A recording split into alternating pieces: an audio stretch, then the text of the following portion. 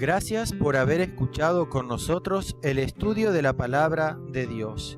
Si quieres seguir aprendiendo un poco más, puedes venir a visitarnos en nuestra iglesia en Comercio 1991, a unas cuadras de Avenida Italia, o comunicarte con nosotros y a la brevedad te responderemos. Te esperamos.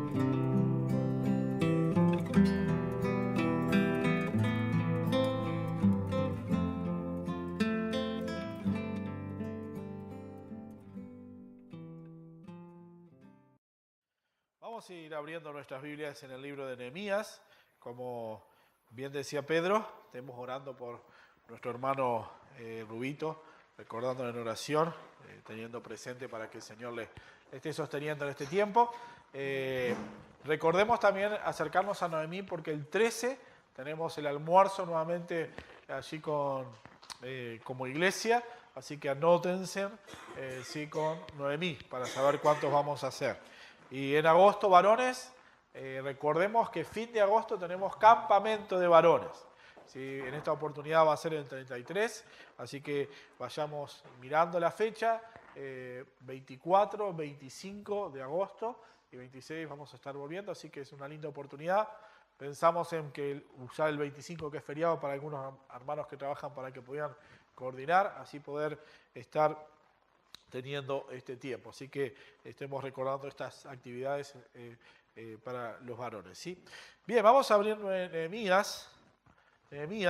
Y bueno, cuando empezaba, luego de haber terminado de estudiar, de leer el libro en varias oportunidades, bueno, me preguntaba, bueno, ¿por qué estudiar Nehemías? ¿Por qué estudiar Nehemías?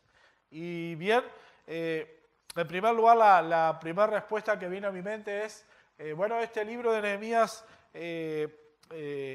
fue uno de los libros y estudios que escuché que causaban un impacto en mi vida fundamental. Como era joven, venía creciendo en las cosas del Señor. Y bueno, personalmente puedo decir que hay un después, un antes y después en mi caminar con cristiano en el estudio, cuando estudiamos este libro. Y es uno de esos libros y también personajes que uno vuelve a ellos siempre, y siempre Dios nos habla.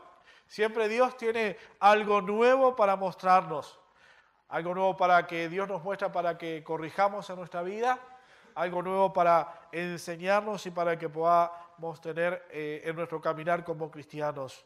Y bueno, esta semana, no, la otra semana estuve justamente revolviendo un poco entre mis apuntes. Estaba buscando un material, digamos, antiguo, unos apuntes que quería estar mirando y estudiando nuevamente. Y dentro de ellos empecé a revolver. Y bueno, había allí algunos de los bosquejos, algunos mensajes que había predicado, estudios que hemos tenido también en la escuela dominical de Nehemías. Pero como bien dije, este es uno de mis libros favoritos, ¿sí? Junto con el de Josué, son libros que fueron muy importantes, más allá de toda la Biblia, obviamente, que siempre me gusta estudiar personalmente, ¿no? Pero lo que podemos ver es que el libro de Nehemías también nos habla en diferentes áreas de nuestra vida. Nos habla de, en primer lugar, nuestra comunión con Dios. También nos habla de nuestra responsabilidad de, en esa comunión con Dios, estar creciendo en nuestra vida, pero también nos habla de vivir la vida práctica cristiana en el mundo en el cual nos movemos. Pero también nuestras responsabilidades como parte de la iglesia de Cristo. Y son algunas de las verdades que vamos a poder ir descubriendo paso a paso. Y quiero comenzar leyendo los primeros 5 versículos del libro de Nehemías. Nehemías, capítulo 1, versículo 1, vamos a leer. Y dice así la palabra de Dios: palabra de Nehemías, hijo de Acalías. Aconteció en el mes de Quisleu, en el año 20, estando yo en Susa, capital del reino, que vino Anani, uno de mis hermanos, con algunos varones de Judá, y les pregunté por los judíos que habían escapado, que habían quedado de la cautividad, y por Jerusalén. Y me dijeron: el remanente, los que quedaron de la cautividad, allí en la provincia, están en gran mal y afrenta. y el muro de Jerusalén derribado y sus puertas quemadas a fuego. Cuando oí estas palabras me senté y lloré e hice duelo por algunos días y ayuné y oré delante del Dios de los cielos. Vamos a orar. Venimos nuevamente en esta hora delante de tu presencia, Padre. Así como Nehemías vino delante de ti, queremos venir también nosotros delante de ti, a ti, y rogar para que tu palabra esté obrando en esta tarde con nosotros y en nosotros. Que Padre, que tú nos enseñes y que a través del recorrido que hemos de hacer de este precioso libro de tu palabra, en el camino, tú estés obrando y tratando en nuestras vidas con el consejo de tu palabra. Pero también sea una buena oportunidad, Padre, para estar mirando a nuestra vida, Señor, con tu palabra a cada uno de nosotros. Gracias por habernos permitido llegar. Gracias por, Señor, poder alabar tu nombre. Y, Señor, gracias porque puedo ver todo lo que tú has hecho por nosotros y te alabamos, Señor, por ello. Oramos y nos ponemos en tus manos, en nombre del Señor Jesucristo. Amén. Amén.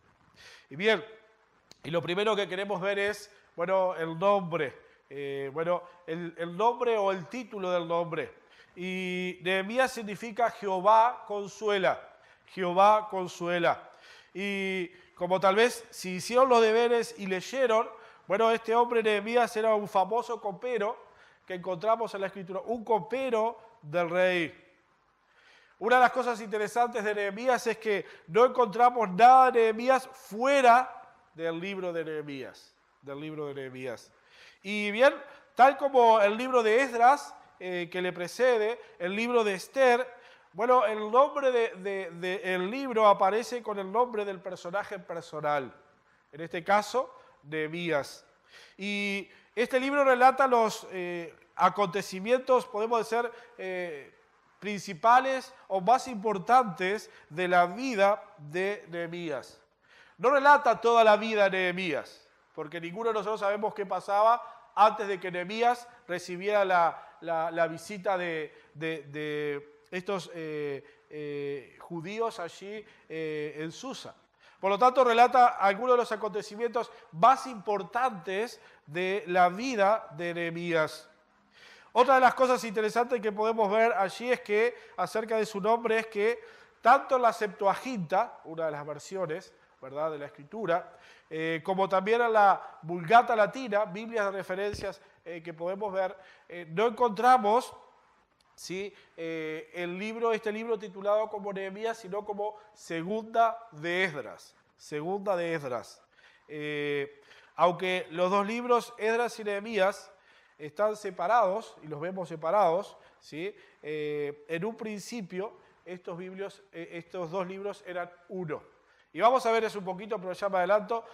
Le llamaban Segunda de Esdras porque consideraban que el autor del libro, el que escribió, no fue Nehemías, sino fue Esdras. Y bien, el autor, como bien decía, se entiende que fue Esdras. Aunque es interesante, cuando yo estudiaba y leía los diferentes manuales, ¿verdad?, para sacar información, es interesante que mucha de la información está escrita en primera persona. Por ejemplo, palabra de Nehemías, hijo de Acalías, aconteció en el mes de Quisleu. Como que Nehemías es el que nos está hablando. Y esto lo podemos ver desde el capítulo 1 al capítulo 7, los primeros versículos. Vemos que prácticamente todo el libro está en primera persona, dando a entender como que es Nehemías, ¿verdad?, el que escribe. Pero bien, la tradición judía, que es una fuente de información, ¿verdad?, muy celosos en cuanto al respecto, y algunos también de los estudiosos de esta época, ¿verdad?, reconocen en realidad como autor de Nehemías a Esdras. Basados en la evidencia externa de tanto la Septuaginta como la Vulgata, ¿sí?, estas traducciones, y también basado en la evidencia un poco interna y vemos cómo va una continuidad entre el libro de Esdras y el libro de Nehemías. Además también se entiende el hecho de que Esdras tenía un lugar de privilegio como escriba, aún en la cautividad cuando estaba en Persia. Si vamos al libro de Esdras, que no lo vamos a hacer, podemos ver cómo Esdras tenía acceso a mucho material y fuentes de información que había dentro del imperio persa, que él las menciona cuando leemos el libro de Esdras. Por eso la mayoría de los comentaristas entienden que el autor del libro de Nehemías es Esdras. Bien, la fecha en que fue escrita este libro. Bien, los acontecimientos de Nehemías comienzan a finales del año 446, ¿sí? Antes de Cristo. 446 antes de Cristo. El relato dice aquí en el libro de Nehemías, en el año 20 del rey Artajerjes. Y bien, el libro de Nehemías sigue luego cronológicamente a partir de la primera aparición de Nehemías allí en adelante. Y bien, algunos consideran que la fecha en que cual fue escrita el libro fue en el año 400 antes de Cristo. 400 años de Cristo. Cuando termina, podemos decir, la segunda oportunidad en que Nehemías vuelve a la tierra de Jerusalén, alrededor del año 400 antes de Cristo. Y bien, una de las cosas que podía ver también, bueno, la importancia profética de Nehemías. Y dentro de los estudios y de buscar allí en la Escritura, bueno, podemos ver que Nehemías vuelve allí con la autorización de Artajerjes, vuelve a Jerusalén para la reconstrucción de la ciudad, de los muros y de la ciudad. Y bueno, algunos consideran que esa autorización, ese permiso para la reconstrucción del templo, da comienzo a las 70 semanas que Daniel profetiza en el capítulo de Daniel. Allí es donde comienzan esas 70 semanas, ¿verdad? En las cuales estamos en ese proceso y luego sabemos, no vamos a entrar a detallar lo de las 70 semanas, pero bueno, allí en Daniel, si están sacando apuntes, y si no, vengan conmigo al libro de Daniel, capítulo 9. Daniel, capítulo 9.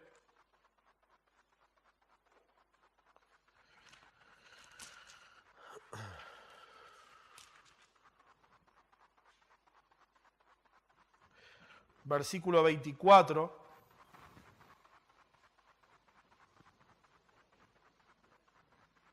(9, 24 y 25), dice allí: 70 semanas están determinadas sobre tu pueblo y sobre tu santa ciudad para terminar la prevaricación y poner fin al pecado y expiar la iniquidad, para traer la justicia perdurable y sellar la visión y la profecía y ungir al santo de los santos.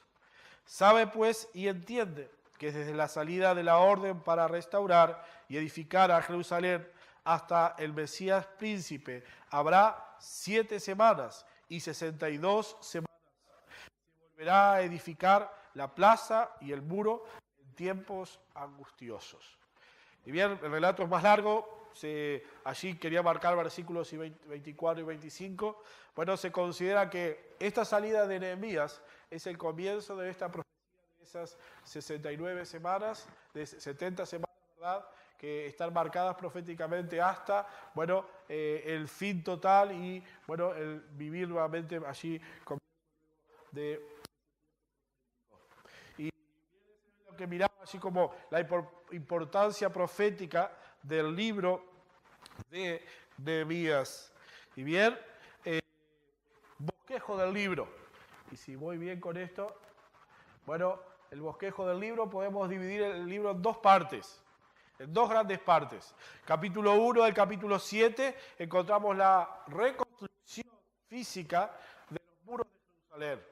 La reconstrucción física de los muros de Jerusalén. Y luego, bueno, la primera La primera relata la reconstrucción, obviamente, como dice, física de los muros y también de la ciudad.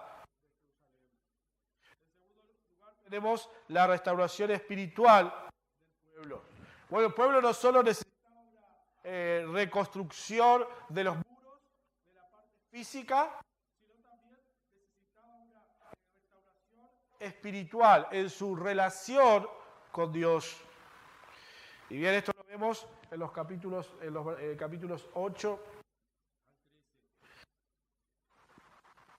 Bien, el pueblo debía definirse en quién debían adorar y bueno, necesitaba corregir algunas cosas, ¿verdad?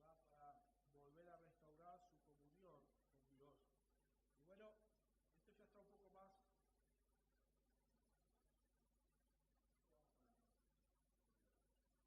La semana que viene quiero entregarle una hojita con un bosquejo, que es un bosquejo un poco más detallado del libro de Nehemías. Pero bien, cuando leamos el libro de Nehemías y cuando atravesemos a través del libro, bueno, tengamos presente estos dos puntos principales: reconstrucción espiritual y reconstrucción espiritual del pueblo. Y eso a la vez vamos a ver, bueno, en los primeros 2 capítulos podemos ver la preparación de Elías, la preparación del pueblo para la construcción. Los capítulos 3 al 6 vemos la ejecución del plan y del proyecto, y en el capítulo 6 al 7 vamos a ver la conclusión, o sea, la construcción de los muros. Y en segunda instancia, bueno, la restauración espiritual, vamos a ver los capítulos 8 al 10, bueno, la confirmación del pacto entre el pueblo y Dios y el pueblo. Bueno, el pueblo de Israel había abandonado la ley, había abandonado el guardar el pacto con Dios, y allí hay una confirmación en el capítulo 8 al 10, y luego del capítulo 11 al 13 encontramos lo que se llama algunas reformas que Nehemías, bueno, allí establece para la restauración espiritual del pueblo. Y bien, esto lo traje para que pudieran tener ustedes, ¿sí?, un poco la cronología del libro, un poco los meses, así cuando se habla de Gisleu, de Susán, de Ab, de Luz, bueno, ¿qué meses se refería? Porque esto nos ayuda también a situarnos cronológicamente en el libro de Nehemías.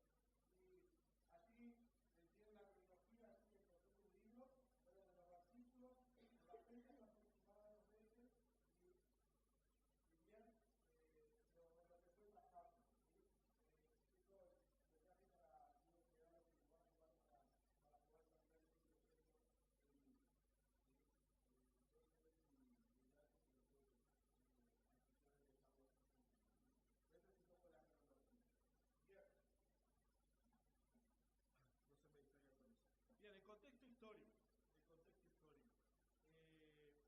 Bien, como podemos decir y ver en la palabra de Dios, fiel a la promesa que Dios hizo de juicio al pueblo de Israel, bueno, Él trajo a los asirios y a los babilónicos para disciplinar a su pueblo, tanto a la tribu del norte como a la tribu del sur, tanto a Israel como a Judá. Ellos habían desobedecido a Dios, pero, ¿saben? Más allá de desobedecer, ellos habían permanecido en desobedecer.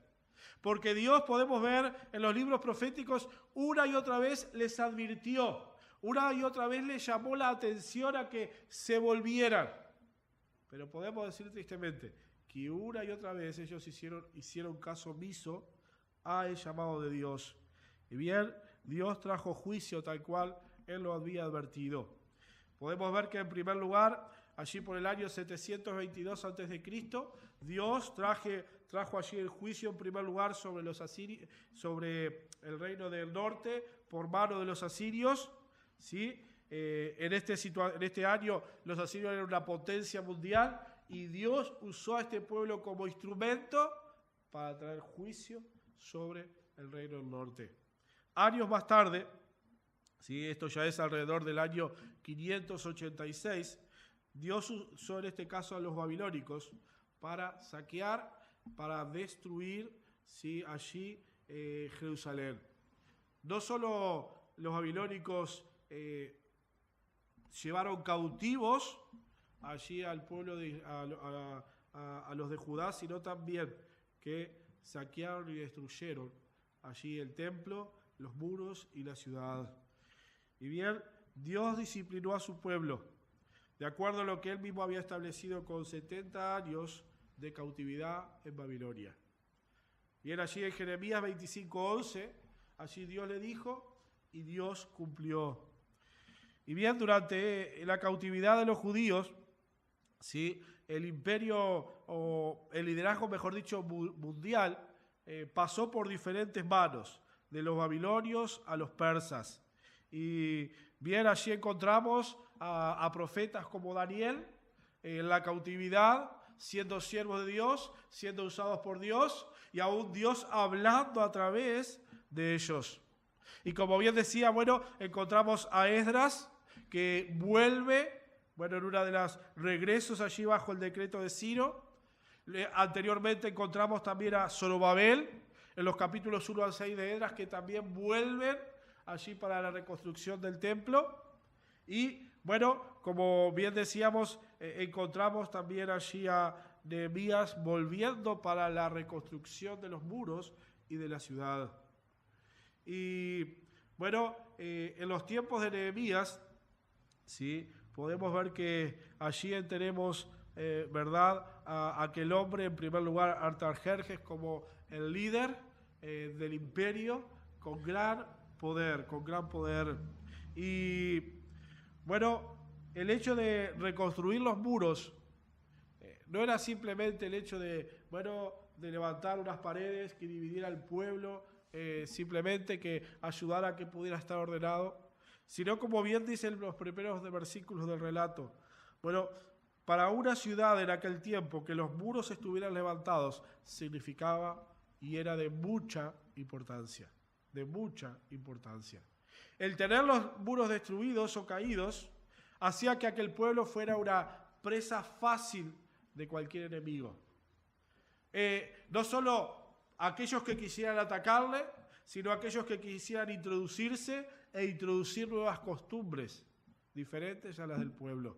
Por lo tanto, no era solo el muro algo que detenía del enemigo que quisiera destruir, sino que también era una barrera que se levantaba para que otras cosas pudieran introducirse como costumbres a la nación de Israel.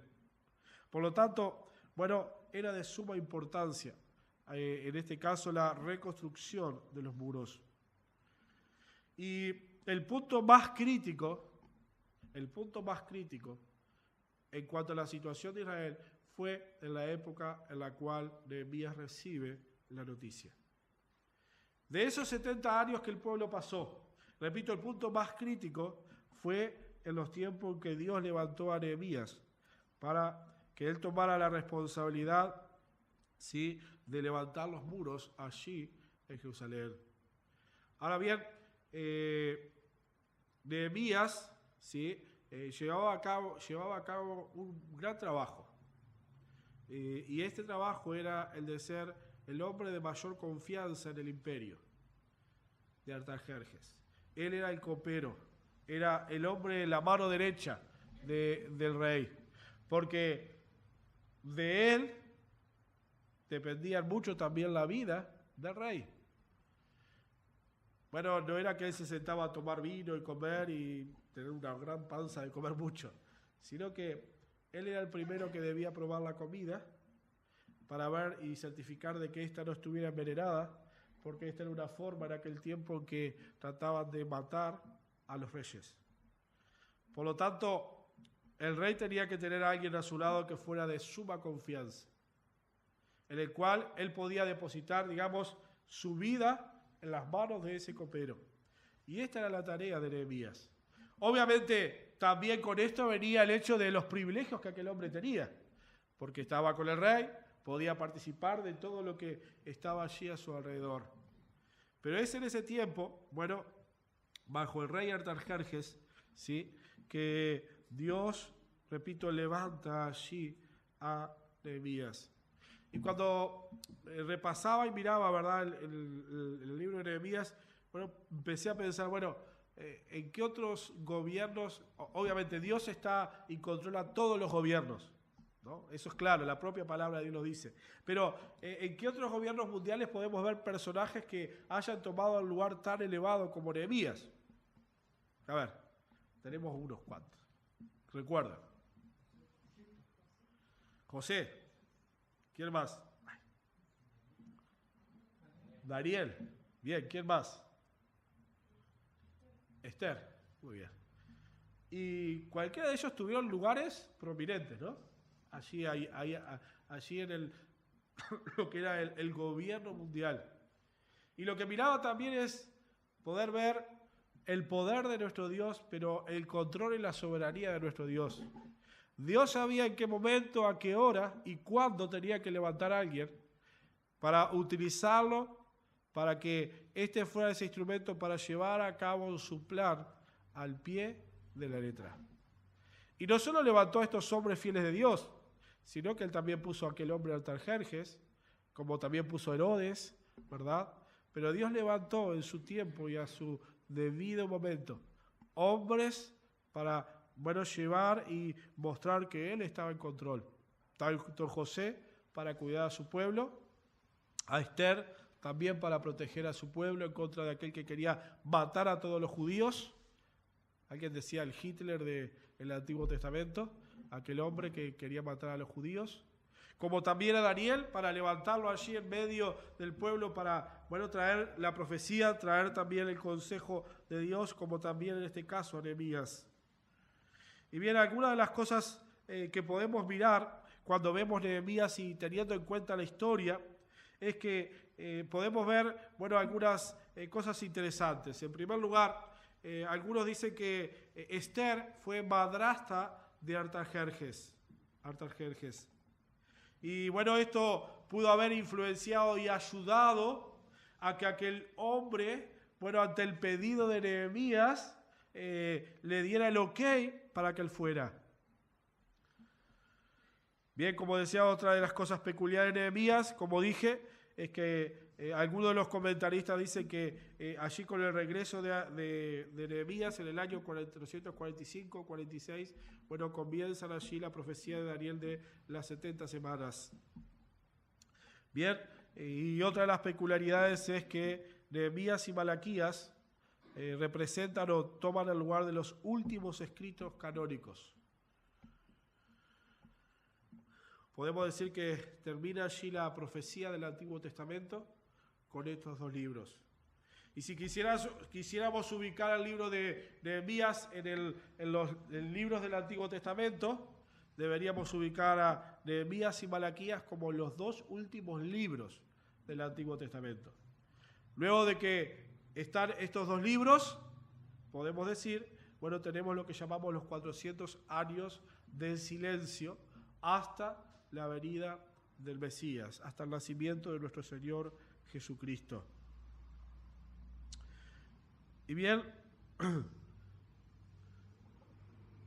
allí tenemos, ahora sí, bueno, para los que les gusta la cronología, allí podemos ir cómo se ubica la historia, ¿no? Allá arriba tienen los reyes de Persia, ¿sí? Los diferentes reyes de la época, tienen allí en gris los retornos que fueron sucediendo. Primer retorno, allí con Zorobabel para la reconstrucción del templo, ¿verdad? Luego vemos allí que también está en la cronología lo que pasó en la reconstrucción, se detuvo, después se reanuda y luego se termina. En ese periodo tenemos el libro de Esdras, ¿sí? Capítulo 1 al 6, podemos correr un poquito. Luego tenemos entre Esdras y Nehemías tenemos el libro de Esther. Esto es cronológicamente, ¿sí? Y creo que mi hermano Juan tenía la Biblia cronológica. Y es interesante poder leer la Biblia cronológicamente, ¿sí? A veces nos cuesta, no estamos tan acostumbrados de que comenzamos en Génesis y terminamos en Apocalipsis que nos cuesta en las vueltas. Pero bueno, luego tenemos el libro de Nehemías, ¿sí? Y en medio de ellos, entre Nehemías y Esther, tenemos la segunda parte de Esdras. Y bien, allí están los reyes, Asuero, Artajerjes, y allí Nehemías con la edificación de Jerusalén, ¿sí? Y de los muros. Y bien, allí al final, como yo les decía, tenemos el libro de Nehemías, Malaquías, y luego tenemos, bueno, los 400 años que se llaman de silencio, 4 siglos, hasta la venida de nuestro Señor Jesucristo. Y bien, si quieren tener un mejor entendimiento de esta época, lean recordando esta división, porque así nos ayuda a ir entendiendo, ir paso a paso en lo que fue pasando desde el primer grupo para la reconstrucción del templo hasta la reconstrucción de los muros y de, como decíamos allí, la reconstrucción espiritual o restauración espiritual del pueblo de Israel. Pero bien, algunas de las enseñanzas que podemos sacar de este libro. Y esto es obviamente en forma general de lo macro y vamos a ir después a lo más específico. Pero bien, lo primero que podemos ver es que tanto Esdras como Nehemías muestran que Judá seguía siendo el pueblo de Dios. Aunque habían sido sacados de su tierra, aunque aún estaban sujetos allí a aquellos imperios que Dios levantó, ¿sí? Aquel pueblo seguía siendo el pueblo de Dios. Obviamente ellos tenían que, para poder disfrutar de lo que Dios prometía, ellos tenían que, volver y a adorar, a reedificar aquel templo, volver al camino de obedecer la ley y mantenerse separados de las influencias paganas. Y estas tres cosas están bien claras en el libro de Nehemías. El hecho de que, se levantara allí el templo, pero esto no bastaba. Ellos tenían que comenzar a llevar adelante su adoración por medio de comenzar a obedecer la ley, lo que Dios había establecido en su palabra. Y a la vez, esto debía llevarlos a que ellos mantuvieran su influencia y su separación de los pueblos que allí le rodeaban.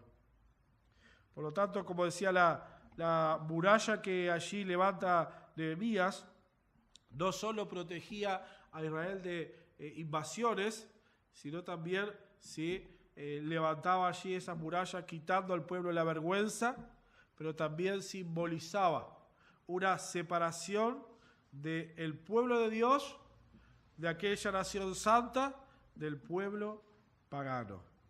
Y bien, allí encontramos y vamos a ver a aquel líder llevando adelante lo que Dios había establecido y a Dios guiando a aquel hombre. Y tal vez pensando también hacia nosotros también, podemos decir, Dios nos disciplina, aún Dios nos disciplina por nuestro pecado, y tal vez podemos decir, a veces tal vez severamente, pero seguimos siendo sus hijos, porque al que ama Dios disciplina. Y bien podemos ver a aquel pueblo pasando por el juicio de Dios por su pecado, pero repito, Dios nunca olvidó a su pueblo. Como decía, durante este periodo, Dios levantó a Daniel, Dios levantó a Esther, Dios levantó a Esdras, Dios levantó a Zorobabel, para que ellos, siguieran adelante. Y, llevar a Dios adelante su propósito de que su pueblo volviera. Pero obviamente si queremos en nuestra vida tener vidas victoriosas, necesitamos adorar a nuestro Dios, necesitamos obedecer su palabra, necesitamos recordar de que, debe haber una separación entre el mundo y mi vida, entre la mundanalidad y mi vida. Y esto debe ser algo que debe marcar una distinción con el mundo. Y bien, ¿cómo está nuestra vida? ¿Cómo están los muros de nuestra vida? Y recuerdo que cuando estudiábamos este libro, aquellos que conocen a Julio, comenzaba el estudio con un pasaje, quiero leer Isaías capítulo 49.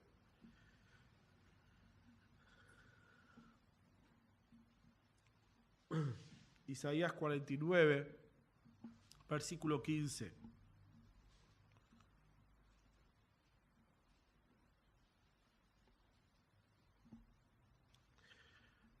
Isaías 49, versículo 15 y 16.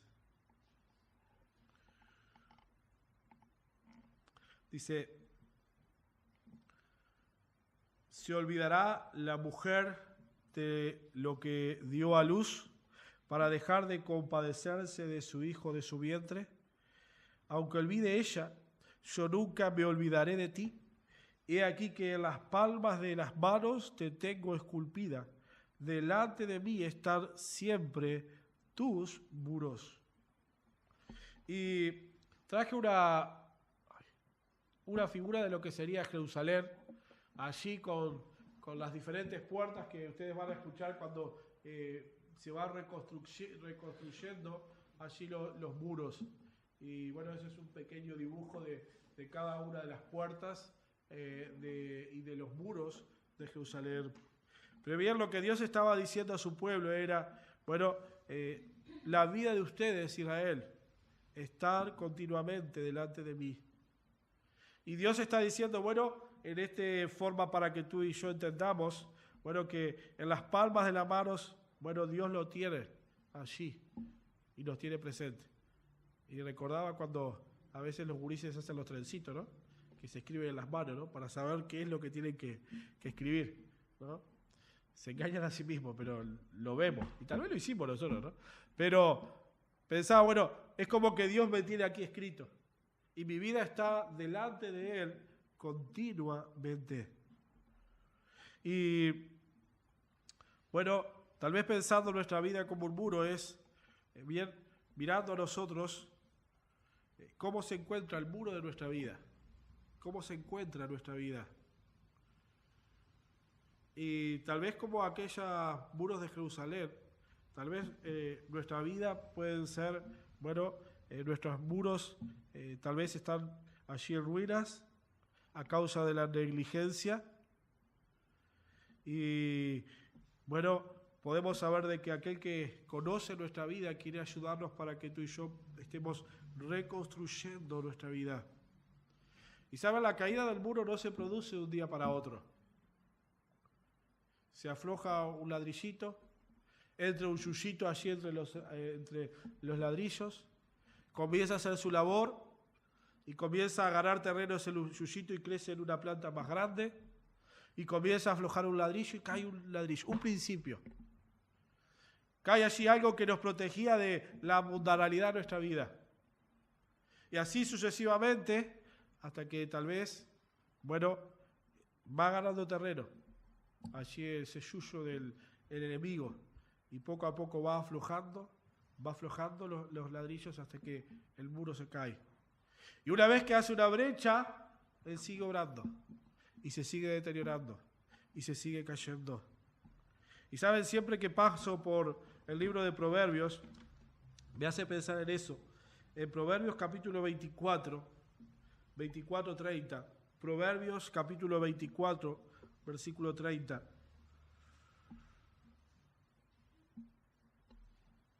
Dice, Proverbios 24, 30, dice, pasé junto al campo del hombre perezoso y junto a la viña del hombre falto de entendimiento. Y he aquí que por toda ella había crecido los espinos, ortigas habían ya cubierto su faz, y su cerco de piedra estaba ya destruido. Miré y lo puse en mi corazón, lo vi y tomé consejo. Y saben, cada vez que leo Proverbios y paso por este versículo, voy a Nehemías y lo trato de poner junto con los muros. Y realmente trato de aplicar lo que dice el versículo 33. Mirar si tal vez en mi muro no han comenzado a creer yuyos que vayan luego haciendo su obra en el muro, tratando de ir deteriorando.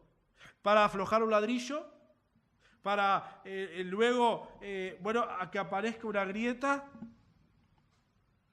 Y saben, el enemigo comienza a hacer su obra. Y una vez que permitimos que comience a tener acceso a nuestra vida.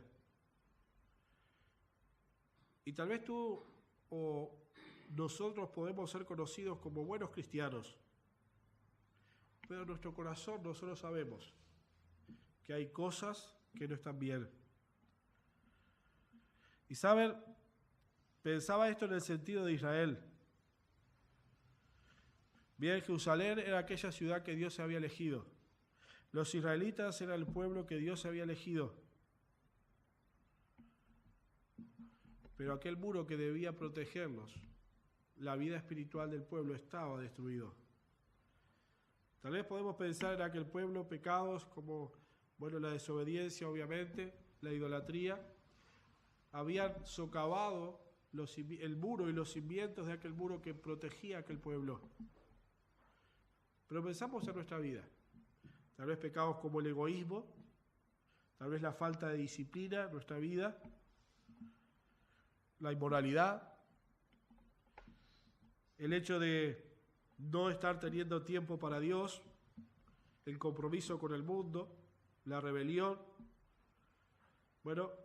Esto va sembrando, va obrando y va deteriorando nuestro muro.